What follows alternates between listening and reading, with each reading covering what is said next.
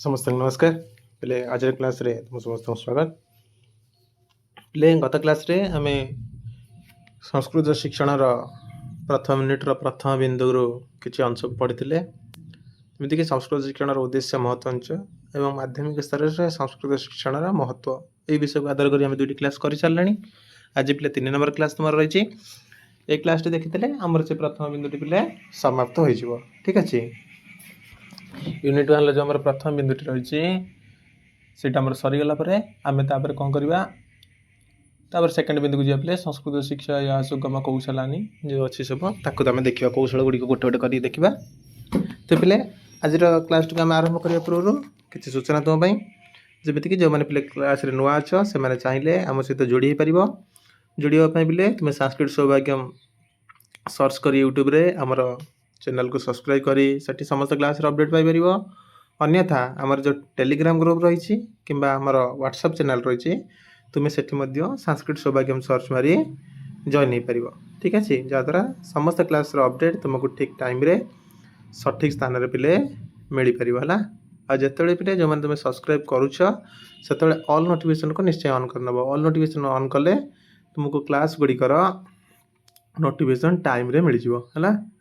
तबे आज टॉपिक रे कौन कौन पढ़िया पे ना ज्ञानात्मक लक्ष्य भावात्मक लक्ष्य और कौशलात्मक लक्ष्य जो 3टी लक्ष्य अच्छे पे 3टी लक्ष्य को आज भल भाव देखा जहाँद्वारा तुम परीक्षार आसुवा प्रश्न गुड़िक तुम सहजरे समाधान कर क्लास आमर कौन पेड क्लास हो ना समस्त क्लास फ्री रे हो यूट्यूब रे ही हो पे जो मैंने पे चाहूचे कि शीघ्र शीघ्र सार सिलेबस कंप्लीट करने को चाहूँगी तुम्हें मैंने प्ले लिस्ट प्ले जाई चैनल प्ले लिस्ट जाई प्रीवियस क्लास गुड़िक देखी मध्य सिलेबस को कवर कर है।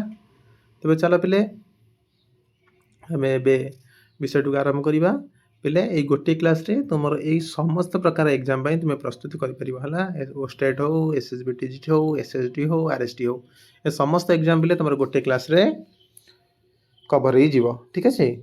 तबे देख पे संस्कृत शिक्षण लक्ष्य एम्स ऑफ संस्कृत लैंग्वेज जमी 3टी लक्ष्य रही पे ज्ञानात्मक लक्ष्य कॉग्निटिव एम भावात्मक लक्ष्य अफेक्टिव एम और कौशलात्मक लक्ष्य कोनाटिव एम। पूर्व वर्षर प्रश्नपत्र पे जब तुम देख पे SSBT तो पे यही पे प्रश्न आसूला प्रश्न उपर थी प्रश्न तले पे तुम ऑप्शन संस्कृत लिखुला सहित पे इंग्रेजी लिखुला जहाँद्वारा तुम्हें मैंने कन्फ्यूज भी हम ना सहजरे उत्तर को बाछि पार बहुत सारा पे इंग्लीश टर्म पचार तुम SSBT तेणु आम सब दिग को लक्ष्य कर प्रस्तुति करवा दरकार। तबे ओस्टेट रे प्रश्न आसूँ पे तुम संस्कृत पचारि तार इंग्रेजी कौन कह पचरा जा तेणु सबको टे ध्यान दब तापर जी पे प्रथम आसला आमर ज्ञानात्मक लक्ष्य सर ज्ञानात्मक लक्ष्य कहले आम कौन बुझू ज्ञानात्मक लक्ष्य कहले पे जोटा तुम ज्ञान सहित तुम नॉलेज सहित पे रिलेटेड थी से किसी विषय वस्तु ये अंतर्निहित हो अच्छी जमिति से कहले प्रथम बिंदु रे पंचतंत्र हितोपदेश इत्यादि विषय वस्तु प्रति कोमलमती छात्र मान हृदय धारणा सृष्टि करवा। तेज सर पंचतंत्र हितोपदेश ये जो विषय ये जो रहा ग्रंथ गुड़िक ये सब आम कौन शिखती ना बहुत सारा शिक्षणीय कथा अच्छी बहुत सारा शिक्षण उपदेश रही आम जीवन केमी हवा दरकार आम केमी बचवा दरकार केमी नीतिपूर्ण हवा दरकार है ये सब कथा पे ये सब पुस्तक तुमको मिल पंचतंत्र हितोपदेश ये सब आमको मिल थाए। तबे यार विषय वस्तु प्रति जदि आम पिला आग्रही करवा मनरे हृदय धारणा सृष्टि करवा कि तुम ये विषय गुड़ी पढ़ ये विषय गुड़ी जान तो आ द्वारा से कौन पे गोटे भल भल पिला हो पारे भल मानसिकतार वृद्धि घटव है सहित ज्ञानर विकास घटव क्या सहित आम केमी व्यवहार करवा आमर कौ भाई व्यवहार ज्येष्ठ मान रहा दरकार कनिष्ठ मान कौन व्यवहार रहा दरकार सांगसाथी मान कौन व्यवहार दरकार किए भल मनीष किए खराब मनीष ये सब पे विषय धारणा आसो है आ कौन हम तापर चाणक्य नीति श्लोक विदुर नीति इत्यादि मानवीय सामाजिक मूल्यबोध प्रति जागृत कराइबा है खाली जे आम हितोपदेश पंचतंत्र से पढ़ले तो हेनी ता सहित आमको कौन दरकार ଚାଣକ୍ୟଙ୍କ ନୀତି ଶ୍ଲୋକ ବି ପଢ଼ିବା। ଚାଣକ୍ୟ ନୀତି ଶ୍ଲୋକ ପଢ଼ିଲେ ଆମେ ବହୁତ ସାରା ନୀତି କଥା ଶିଖିବା। ସେଠି ବିଦୁର ନୀତି ଶିଖିଲେ ବିଦୁର ନୀତିରୁ ବହୁତ ସାରା କଥା ଶିଖିବା ହେଲା।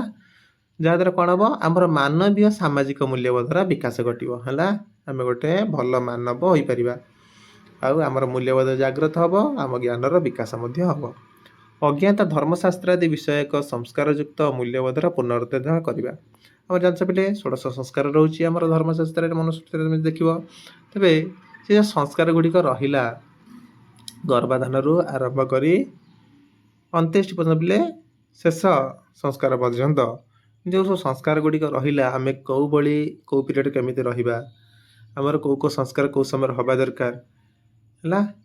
ସେ ଧର୍ମଶାସ୍ତ୍ର ଆଦିରେ ଅନ୍ତର୍ନିହିତ ଥିବା ବିଷୟ ଗୁଡ଼ିକୁ ଆଧାର କରି, ନିୟମ ଗୁଡ଼ିକୁ ଆଧାର କରି ଆମେ ସଂସ୍କାରଯୁକ୍ତ ହେବା ଦରକାର। ଆମର ପୁଣି କ'ଣ ହେବା ଦରକାର, ଆମର ମୂଲ୍ୟବୋଧର ମଧ୍ୟ ପୁନରୁଦ୍ଧାର ହେବା ଦରକାର ହେଲା। ଯାହାଦ୍ୱାରା ଆମେ ଗୋଟେ ସୁସ୍ଥ ଜୀବନ ଓ ସଂୟମିତ ଜୀବନ ପିଲେ ଯାପନ କରିପାରିବା। ତେଣୁ ଏଠି ମଧ୍ୟ ଜ୍ଞାନର ବିକାଶ ହେବ। ଗୋଟେ ଭଲ ଜୀବନ ବଞ୍ଚିବାକୁ ହେଲେ କିଛି ତ ମାର୍ଗଦର୍ଶକ ଥିବା ଦରକାର। ସେଠି ପୁସ୍ତକ ଯଦି ତୁମର ମାର୍ଗଦର୍ଶକ ହେବ, ଧର୍ମଶାସ୍ତ୍ରରେ ଯଦି ମାର୍ଗଦର୍ଶକ ହେବେ, ତେବେ ତୁମର ସଂସ୍କାରଯୁକ୍ତ ମୂଲ୍ୟବୋଧର ମଧ୍ୟ ବିକାଶ ଘଟିବ। ତାପରେ କହୁଛନ୍ତି କାଳିଦାସ ଆଦି କବିମାନଙ୍କ ଦ୍ୱାରା ପ୍ରଣୀତ କାବ୍ୟ, କବିତା, ନାଟକ ଆଦି ସମ୍ବନ୍ଧରେ ସମ୍ୟକ ଜ୍ଞାନ ପ୍ରଦାନ କରି ଶାବ୍ଦିକ ଜ୍ଞାନର ପରିପ୍ରକାଶ କରିବା। ଆହୁରି ଆମର ଶାବ୍ଦିକ ଜ୍ଞାନର ପରିପ୍ରକାଶ କାହା ଦ୍ୱାରା ହୋଇପାରିବ, ଆମର ଶବ୍ଦ ଭଣ୍ଡାରର ବୃଦ୍ଧି ପିଲେ ଏହା ଦ୍ୱାରା ମଧ୍ୟ ହୋଇପାରିବ। କେମିତି, ଯେତେ ତୁମେ ପଢ଼ିବ ପିଲେ, ତୁମେ ଯେତେ ବିଷୟ ଗୁଡ଼ିକ ପଢ଼ିବ, ଯେତେ ନୂଆ ନୂଆ ଶବ୍ଦ ଗୁଡ଼ିକ ଦେଖିବ, ତାର ପରିଚୟ ଜାଣିବାକୁ ଚେଷ୍ଟା କରିବ, ତେବେ ତୁମର ଶବ୍ଦ ଭଣ୍ଡାରର ବୃଦ୍ଧି ଘଟିବ, ଯାହାଦ୍ୱାରା ତୁମର ଶାବ୍ଦିକ ଜ୍ଞାନର ବିକାଶ ଘଟିବ। ତେଣୁ ଏସବୁ କେଉଁଠି ହେଇପାରିବ, ଯେମିତି କାଳିଦାସ ଆଦି କବିମାନେ ରହିଲେ ପିଲେ, କବିମାନଙ୍କର କାବ୍ୟ, କବିତା, ନାଟକ ଏହିସବୁ ବିଷୟ ଯଦି ଆମେ ପଢ଼ିବା, ଦେଖ ଏଇଗୁଡ଼ା ପଢ଼ିବା ପାଇଁ ଆମ ଇଣ୍ଟରେଷ୍ଟ ବି ଆସିବ, ଆଉ ଏଗୁଡ଼ା ଆମେ ଭଲ ଭାବରେ ମଧ୍ୟ ପଢ଼ିପାରିବା, ଯାହାଦ୍ୱାରା ଆମେ ବୋରିଂ ବି ହେବାନି। ପଢ଼ିଲେ କ'ଣ ହେବ, ଆମର ସମ୍ୟକ ଜ୍ଞାନର ମଧ୍ୟ ବିକାଶ ଘଟିବ, ଆଉ ଆମ ଶାବ୍ଦିକ ଜ୍ଞାନର ମଧ୍ୟ ବିକାଶ ଘଟିବ। ତାପରେ କହୁଛନ୍ତି ଛନ୍ଦ, ଅଳଙ୍କାର ଇତ୍ୟାଦି ବିଷୟକ ତତ୍ତ୍ୱ ଗୁଡ଼ିକ ଲୋକାଲୋଚନକୁ ଆଣିବା। ଯେଉଁ କାବ୍ୟ, ନାଟକ ଯେଉଁ ଦେଖିଲ ପିଲେ, ସେସବୁର ଯେଉଁ ଛନ୍ଦ, ଅଳଙ୍କାର ଆଦିର ଯେଉଁ ପ୍ରୟୋଗ ହେଇଛି, ଯେଉଁଠି ଶ୍ଲୋକ ଗୁଡ଼ିକ ରଚନା ହେଇଛି, ତାକୁ ମଧ୍ୟ ଲକ୍ଷ୍ୟ କଲେ ତାର ତତ୍ତ୍ୱ ଗୁଡ଼ିକୁ ଆମକୁ ଜାଣିବାକୁ ଚେଷ୍ଟା କରିବା। ତାର ତତ୍ତ୍ୱ ଗୁଡ଼ିକ ଜାଣିଲା ପରେ ତାର ପ୍ରୟୋଗ ମଧ୍ୟ ଆମେ କରିପାରିବା ହେଲା। ତେଣୁ ପ୍ରଥମେ ତତ୍ତ୍ୱ ଗୁଡ଼ିକ ଜାଣିବାକୁ ପଡ଼ିବ। ତତ୍ତ୍ୱ ଗୁଡ଼ିକ ଜାଣିବା ଦ୍ୱାରା ଆମର ଜ୍ଞାନର ମଧ୍ୟ ବିକାଶ ଘଟିବ। ତୁମେ ତତ୍ତ୍ୱ ଗୁଡ଼ିକ ଜାଣିଥିଲେ ସିନା, ଛନ୍ଦ ଅଳଙ୍କାର ଜାଣିଥିଲେ ପରେ ତାକୁ ପ୍ରୟୋଗ କରିବ। ତେଣୁ ସେଗୁଡ଼ିକୁ ମଧ୍ୟ ଆମକୁ ଜାଣିବାକୁ ପଡ଼ିବ। ଆଉ କ'ଣ ହେଉଛି ନା, ଲୁପ୍ତପ୍ରାୟ ଶ୍ଲୋକାଦିରେ ଗୁରୁ ଲଘୁ ବିଚାର ପୂର୍ବକ ସସ୍ୱର ଜ୍ଞାନ କରିବା। ଯେଉଁ ଶ୍ଲୋକ ଗୁଡ଼ିକ ରହିଲା, ଯେଉଁ ଗୁଡ଼ିକର ବ୍ୟବହାର ଏବେ କରାଯାଉନାହିଁ, ଯେଉଁଟା ଲୁପ୍ତ ସୁପ୍ତ ଅବସ୍ଥାରେ ଅଛି, ସେଇ ଶ୍ଲୋକ ଗୁଡ଼ିକୁ ଭଲ ଭାବରେ ପଢ଼ିବା। କେମିତି ପଢ଼ିବା ନା, ଗୁରୁ ଲଘୁ ବିଚାର ପୂର୍ବକ ଆଉ ସୁନ୍ଦର ସ୍ୱରରେ ପଢ଼ିବା ପିଲେ ହେଲା। ସସ୍ୱରରେ ଜ୍ଞାନ କରିବା, ଯେଉଁଠି ଯେଉଁଭଳି ଉଚ୍ଚାରଣ କରିବା ଦରକାର, ଯେଉଁଠି ଯେଉଁ ସ୍ୱରରେ ପଢ଼ିବା ଦରକାର, ଆମେ ତାକୁ ଲକ୍ଷ୍ୟ କରି ପାଠ କରିବା। ଠିକ୍ ଅଛି, ଯାହାଦ୍ୱାରା କ'ଣ ହେବ, ଆମର ଜ୍ଞାନର ବିକାଶ ହୋଇପାରିବ। ପିଲେ ଏଇ ବିନ୍ଦୁ ଗୁଡ଼ିକ ହିଁ ସିଧା ତୁମକୁ ଦେଇଥିବ। ପଞ୍ଚତନ୍ତ୍ର ହିତୋପଦେଶ ଆଦି ବିଷୟ ବସ୍ତୁ ପ୍ରତି କୋମଳମତି ଛାତ୍ରମାନଙ୍କ ମଧ୍ୟରେ ହୃଦୟରେ ଧାରଣା ସୃଷ୍ଟି କରିବା ଦେଇକି ପିଲେ ଦେଇଥିବ। ଏଇଟା କେଉଁ ଲକ୍ଷ୍ୟରେ ଯାଉଛି, ଜ୍ଞାନାତ୍ମକ ନା ଭାବାତ୍ମକ ନା କୌଶଳାତ୍ମକ ହେଲା। ଏଇଭଳି ପିଲେ ପ୍ରଶ୍ନ ଆସିବ। ନହେଲେ ଦେଇଥିବ ୟା ଭିତରେ କେଉଁଟା ଜ୍ଞାନାତ୍ମକରେ ଯାଉନାହିଁ, କେଉଁଟା କୌଶଳାତ୍ମକରେ ଯାଉନାହିଁ, କେଉଁଟା ଜ୍ଞାନାତ୍ମକରେ ଯାଉଛି, ଏଇଭଳି ପ୍ରଶ୍ନ ପିଲେ ଆସିବ। ତା ତଳେ ଏଇ ସବୁ ବିନ୍ଦୁ ଗୁଡ଼ିକ ଥିବ। ତେଣୁ ତୁମେ ଏଗୁଡ଼ିକୁ ଭଲ ଭାବରେ ଦେଖିବ ହେଲା। ଠିକ୍ ଅଛି ପିଲେ। ଆଉ ଯଦି କ୍ଲାସ୍ ଗୁଡ଼ିକ ପିଲେ ତୁମକୁ ଭଲ ଲାଗୁଥିବ, ନିଶ୍ଚୟ ତୁମର ସାଙ୍ଗସାଥି ଜୁନିୟରମାନଙ୍କୁ ପଠାଇବ, ଯେଉଁମାନେ ଓଷ୍ଟେଟ୍ ପାଇଁ ଏବେ ପ୍ରିପାରେସନ୍ କରୁଛନ୍ତି, ତାଙ୍କ ପାଖରେ ଯେମିତି କ୍ଲାସ୍ଟି ପିଲେ ପହଞ୍ଚି ପାରିବ। ଠିକ୍ ଅଛି। ତାପରେ ଦେଖ 2 ନମ୍ବରକୁ ଆସ। 2 ନମ୍ବରରେ କ'ଣ ଆସିଲା ନା, ଭାବାତ୍ମକ ଲକ୍ଷ୍ୟ। ଛାତ୍ର ମନରେ ସଂସ୍କୃତ ଭାଷାର ସର୍ବାଙ୍ଗୀନ ବିକାଶ ସାଧନ ନିମନ୍ତେ ପ୍ରେରଣା ପ୍ରଦାନ କରିବା। ଏଇଟା ପିଲେ LTR ଆସିଥିଲା, ଏଇଥର ହେଲା LTR ଏଇ ପ୍ରଶ୍ନଟି ଆସିଥିଲା। ପୁରା ଏଇଭଳିଆ ଦେଇଥିଲା ପିଲେ, ସଂସ୍କୃତ ଭାଷାର ସର୍ବାଙ୍ଗୀନ ବିକାଶ ସାଧନ କେଉଁ ପ୍ରକାର ଲକ୍ଷ୍ୟ ନା, ଭାବାତ୍ମକ ଲକ୍ଷ୍ୟ। ଠିକ୍ ଅଛି। ତୁମେ ପିଲେ ଯେତେବେଳେ ପ୍ରଶ୍ନ ତୁମେ ଯେଉଁ ବିଷୟ ଗୁଡ଼ିକ ପଢ଼ୁଛ, ଧର ମୁଁ ସାର୍ ଆଜି ଫାର୍ଷ୍ଟ ୟୁନିଟ୍ଟା ମୋର କମ୍ପ୍ଲିଟ୍ ହେଇଗଲା, ୟୁନିଟ୍ 1 ମୋର କମ୍ପ୍ଲିଟ୍ ହେଇଗଲା। ମୋର ୟୁନିଟ୍ କମ୍ପ୍ଲିଟ୍ ହେଲା ପରେ ମୁଁ କେତେ ପଢ଼ିଲି, ମୁଁ କେତେ ବୁଝିଲି, ମୋର କେତେ ବିଷୟ ହେଲା, କେତେ ମନେ ରହିଲା, ସବୁ ଜାଣିବି କେମିତି? ସେଥିପାଇଁ ପିଲେ ତୁମକୁ ପ୍ରିଭିୟସ୍ ଇୟର୍ କ୍ୱେଶ୍ଚିନ୍ ପ୍ରାକ୍ଟିସ୍ କରିବାକୁ ପଡ଼ିବ, ଅନ୍ୟଥା MCQ ପ୍ରାକ୍ଟିସ୍ କରିବାକୁ ପଡ଼ିବ ହେଲା। ତୁମେ ଚାହିଁଲେ ପ୍ଲେ ଲିଷ୍ଟରେ ଯାଇ ପିଲେ MCQ ମଧ୍ୟ ଦେଖିପାରିବ ହେଲା। ସେଥିପାଇଁ ବହୁତ ସାରା କ୍ଲାସ୍ ପିଲେ ଆଗରୁ କରାଯାଇଛି, ତୁମେ ସେ MCQ ଗୁଡ଼ିକ ଦେଖିପାରିବ। ଅନ୍ୟଥା PYQ ଗୁଡ଼ିକ ହେଲେ ପ୍ରିଣ୍ଟ ଆଉଟ୍ ଖୋଲି ତାକୁ ମଧ୍ୟ ପ୍ରାକ୍ଟିସ୍ କରିପାରିବ। ଠିକ୍ ଅଛି। ତ ଦେଖ, ଇଏ ଗଲା ସର୍ବାଙ୍ଗୀନ ବିକାଶ ସାଧନ କରିବା ପିଲେ, ଆମର ପିଲାଙ୍କର ହୋଲିଷ୍ଟିକ୍ ଡେଭଲପମେଣ୍ଟ କରାଇବା। ଇଏ ହେଉଛି ପ୍ରଥମ ଲକ୍ଷ୍ୟ କାହାର ଭାବାତ୍ମକ ଲକ୍ଷ୍ୟର। ଆଉ କ'ଣ ଦ୍ୱିତୀୟରେ କ'ଣ କହୁଛନ୍ତି ନା ସଂସ୍କୃତ ଭାଷାର ନିର୍ମଳତା ଓ ସାହିତ୍ୟ ପ୍ରତି ଅନୁରାଗ ସୃଷ୍ଟି କରିବା। ତମର ଯେପର୍ଯ୍ୟନ୍ତ କୌଣସି ବିଷୟ ପ୍ରତି ଆଗ୍ରହ ଆସିନାହିଁ, ତମେ ଯେପର୍ଯ୍ୟନ୍ତ ସେ ବିଷୟଟିକୁ ଭଲ ପାଇନାହ, ଯେପର୍ଯ୍ୟନ୍ତ ତମ ବିଷୟ ପ୍ରତି ଆସକ୍ତି ଭାବ ଆସିନାହିଁ, ତମେ ସେପର୍ଯ୍ୟନ୍ତ ପଢ଼ିବ କି? ପଢ଼ିବ ନାହିଁ। ତେଣୁ ସଂସ୍କୃତ ଭାଷାର ନିର୍ମଳତା, ସଂସ୍କୃତ ଭାଷା କେତେ ଶୁଦ୍ଧ, କେତେ ପରିମାର୍ଜିତ ଏବଂ ତାର ସାହିତ୍ୟ କେତେ ହିତକାରୀ, କେତେ ବିସ୍ତୃତ, ଏସବୁ ବିଷୟ ଯଦି ତୁମେ ଜାଣିବ, ତାର ଉପାଦେୟତା ଜାଣିବ, ତା ଦ୍ୱାରା କ'ଣ ହେବ? ତୁମର ଅନୁରାଗ ସୃଷ୍ଟି ହେବ। ତେଣୁ ସେସବୁକୁ ଜଣିବା ପାଇଁ ମଧ୍ୟ ପ୍ରଥମେ ତୁମ ମନରେ ଅନୁରାଗ ସୃଷ୍ଟି କରିବା ଦରକାର। ଅନୁରାଗ ଥରେ ସୃଷ୍ଟି ହୋଇଗଲେ, ତୁମେ ଥରେ ବିଷୟଟିକୁ ଭଲ ପାଇଗଲେ, ତୁମେ ପିଲେ କ'ଣ କରିବ? ଆପେ ଆପେ ନିଜେ ନିଜେ ସେ ବିଷୟ ଗୁଡ଼ିକୁ ପଢ଼ିବାକୁ ଚେଷ୍ଟା କରିବ। ହେଲା। ତାପରେ କ'ଣ କହୁଛନ୍ତି ନା ପାଠ୍ୟ ବିଷୟ ବିନା ଚାରିତ୍ରିକ ଉନ୍ନୟନ, ପାଠ୍ୟ ବିଷୟ ବିନା ଚାରିତ୍ରିକ ଉନ୍ନୟନ ଉଦ୍ଦେଶ୍ୟରେ ବିଭିନ୍ନ ନୀତିବାଣୀ ସମ୍ବଳିତ ପୁସ୍ତକ ପାଠ କରିବାକୁ ଉତ୍ସାହ ସୃଷ୍ଟି କରିବା। ସବୁଥିରେ ପିଲା ଉତ୍ସାହ। ଦେଖ ଏଇଠି ତମର ମାନସିକ ଆଉ ଭାବାବେଗ ଉପରେ ଅଧିକ ପ୍ରାଧାନ୍ୟ ଦିଆହେଉଛି। ତମର ଭାବାବେଗ ଉପରେ ଅଧିକ ପ୍ରାଧାନ୍ୟ କିଏ ଦିଏ? ଭାବାତ୍ମକରେ। ହେଲା।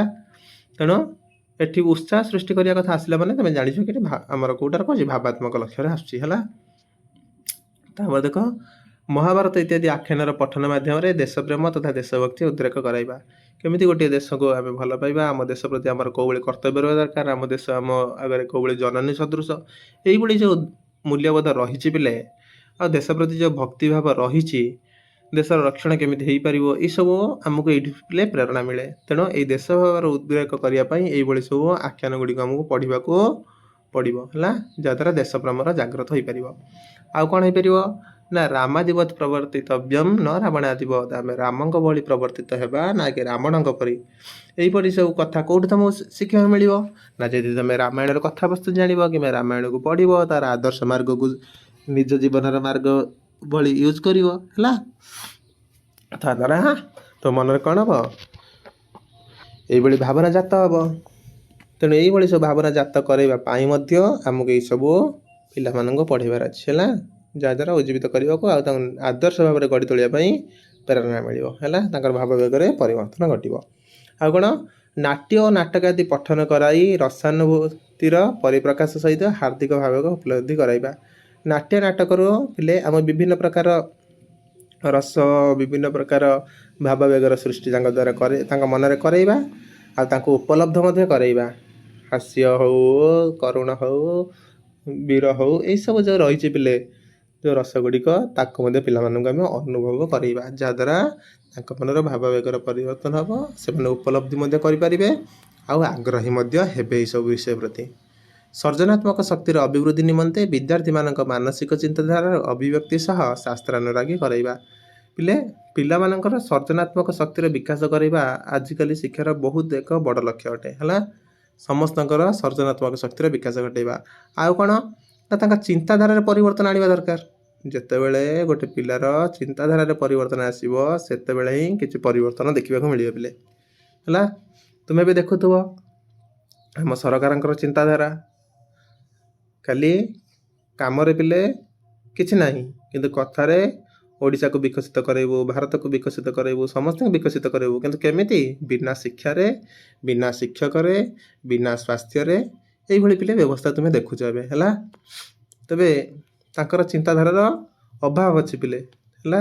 ତାଙ୍କୁ ମଧ୍ୟ ଏଇ ନୀତିଶାସ୍ତ୍ର ସମ୍ବଳିତ ପୁସ୍ତକ ପଢ଼ିବାକୁ ଦେବାକୁ ପଡ଼ିବ, ତାଙ୍କୁ ପଢ଼େଇବାକୁ ମଧ୍ୟ ପଡ଼ିବ। ହେଲା। କିଏ ପଢ଼େଇବ ପିଲେ? ସେମାନେ ତ ଶିକ୍ଷକ ହିଁ ରଖିବେନି, ସେ ପଢ଼େଇବ କିଏ? ହେଲା।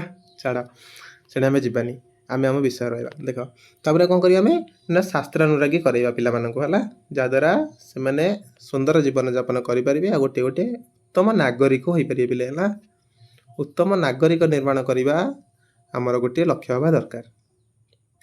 ତାପରେ ଆସିଲା ପିଲେ କୌଶଳାତ୍ମକର। ଏ କୌଶଳାତ୍ମକର ପିଲେ ସବୁ ଆପ୍ଲିକେସନ୍ ଲେବୁଲ୍ର ବିଷୟ ଗୁଡ଼ିକ ଏଠି ଆସିବ। ଏଠି ତୁମେ ସବୁ ଆପ୍ଲାଏ କରିବ ପିଲେ। ହେଲା। ଯେମିତି ସ୍ପଷ୍ଟ ଉଚ୍ଚାରଣ ମାଧ୍ୟମରେ ସ୍ୱମନୋଭାବକୁ ଯଥୋଚିତ ପ୍ରକାଶ କରିବା ପାଇଁ ଦକ୍ଷତା ପ୍ରଦାନ କରିବା।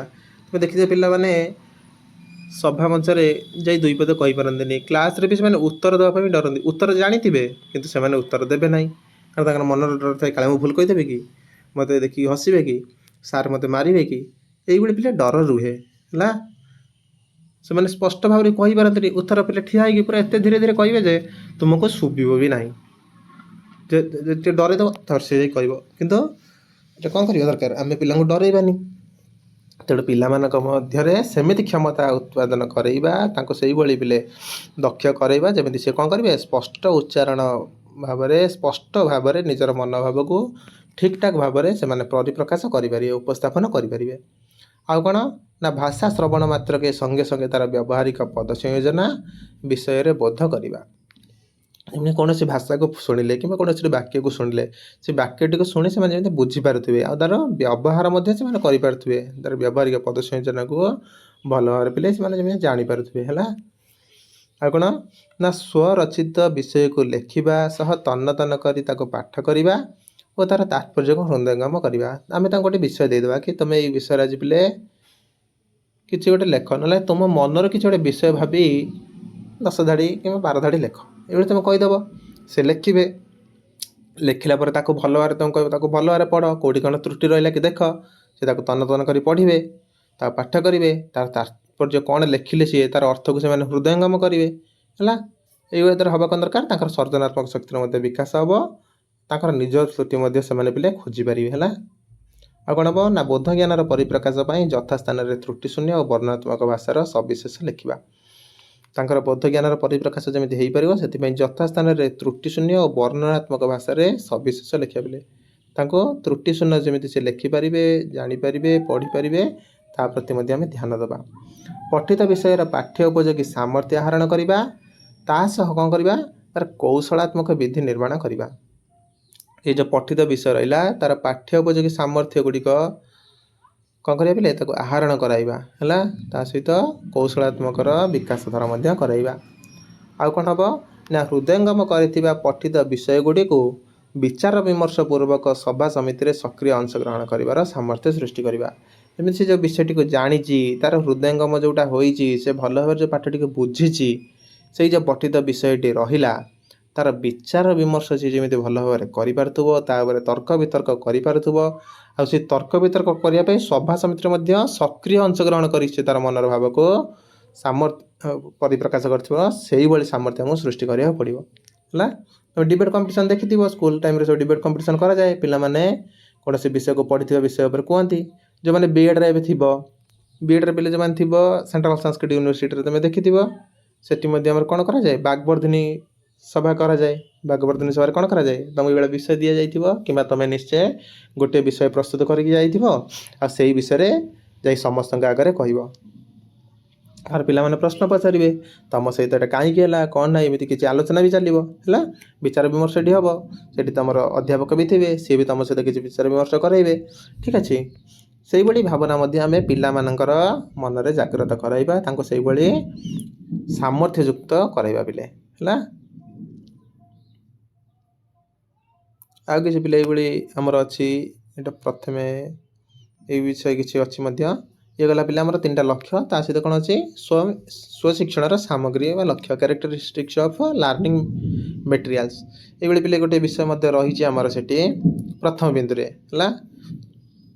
କ'ଣ କହୁଛନ୍ତି ଏଠି ନା ପୂର୍ବରୁ ଶିକ୍ଷାବିଧିରେ ମୁଖ୍ୟ ଦାୟିତ୍ୱ ରହିଥିବାରୁ ଶ୍ରେଣୀ ପ୍ରକୋଷ୍ଠ ଓ ଶ୍ରେଣୀ ଶିକ୍ଷା ବ୍ୟବସ୍ଥାରେ ଶିକ୍ଷକ କୈନ୍ଦ୍ରିକ ଶିକ୍ଷାଦାନ ବ୍ୟବସ୍ଥା ଥିଲା। ଆଗରୁ କ'ଣ ଥିଲା ନା ଟିଚର ସେଣ୍ଟ୍ରିକ୍ କ୍ଲାସରୁମ୍ ଥିଲା, କିନ୍ତୁ ଏବେ କ'ଣ ପିଲେ ଆମର ଲର୍ଣ୍ଣିଂ ସେଣ୍ଟର କ୍ଲାସ୍ ଅଛି। ଯେହେତୁ ଶିକ୍ଷକ କେନ୍ଦ୍ରିକ କକ୍ଷା ଥିଲା, ତେଣୁ କ'ଣ କରାଗଲା, ତେଣୁ ଛାତ୍ରର ମାନସିକ ସ୍ତରରେ ଚିନ୍ତନ ଶକ୍ତିରେ ଅଭିବୃଦ୍ଧି ପ୍ରଭୃତି କାର୍ଯ୍ୟଗୁଡ଼ିକ ଯଥୋଚିତ ଭାବେ ପରିପ୍ରକାଶ ହୋଇପାରିଲା ନାହିଁ ବା ପ୍ରତିଫଳିତ ହେଉନଥିଲା। ଯେଉଁଠି ଟିଚର ରହିବେ ପିଲେ ସେଣ୍ଟରରେ, ସେଠି ପିଲାମାନଙ୍କର ଯେଉଁ ତାଙ୍କ ମତଟି ରହିଲା ଚାପି ହେଇଯିବ, ସେମାନେ ମଧ୍ୟ ମୁକ୍ତ ଭାବରେ ନିଜର ମନର ଭାବକୁ ପରିପ୍ରକାଶ କରିପାରିବେ ନାହିଁ। ହେଲା। ସେମାନଙ୍କର ଭୂମିକାଟା ଗୌଣ ହେଇଯିବ।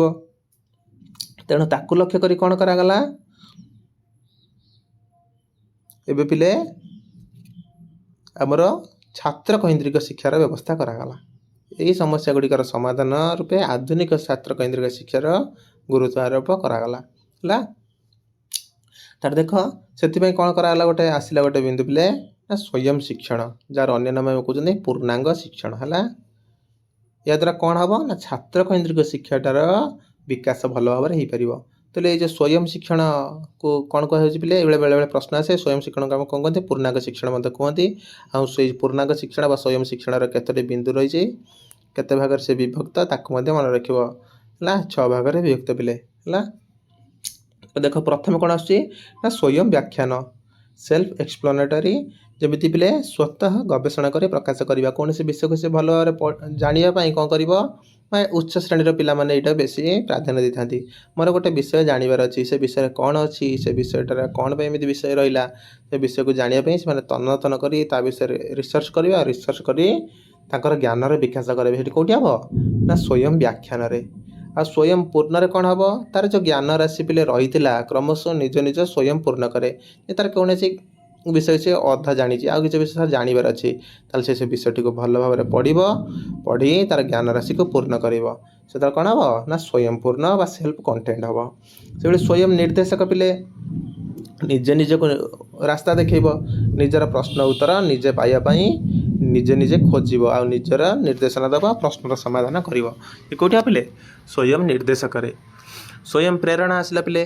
सेल्फ मोटिवेशन अधिक ज्ञान लाभपाई स्वयं प्रेरणात्मक प्रवृत्ति मोर आहरी अधिक विषय जानवर अच्छी मुझे आहरी भल भाव में पढ़ी मु अनेक सारा विषय जानी तेणु से सेल्फ मोटिवेटेड हो पिले पढ़ो है ताकू कई बाह्य अभिप्रेरणा नदेले से आंतरिक अभिप्रेरणा सहित सेल्फ मोटिवेटेड हो पढ़ो पिले स्वयं मूल्यांकन से खाली पढ़ो कि मुझे पढ़ी मुझे जानी मोर केते ज्ञान विकास घटिला तार सठिक मूल्यांकन चेष्टा कौन कर स्वयं मूल्यांकन से स्वयं शिक्षण निजे निजर शिक्षा लाभ करने को प्रेरणा लाभ करवा से निजे निजे पिले पढ़ो कहीं पढ़ा एवं तुम्हें मैंने घरे अच्छ तुमको कई कहते पढ़ बोली तुमको कई पढ़ा अच्छा जो मैंने पिला प्रौढ़ है जो कौन से क्लास ना घर रोच निजे निजे पिले पढ़ुं हाँ मोर पढ़ार अच्छी मु पढ़ी आ मोर शिक्षा लाभ मु कर चलि है स्वयं शिक्षण से सेल्फ लर्निंग रे शिक्षण प्रक्रिया दृष्टि रखी संस्कृत भाषार उद्देश्य को 3 विभाग व्यक्त कराई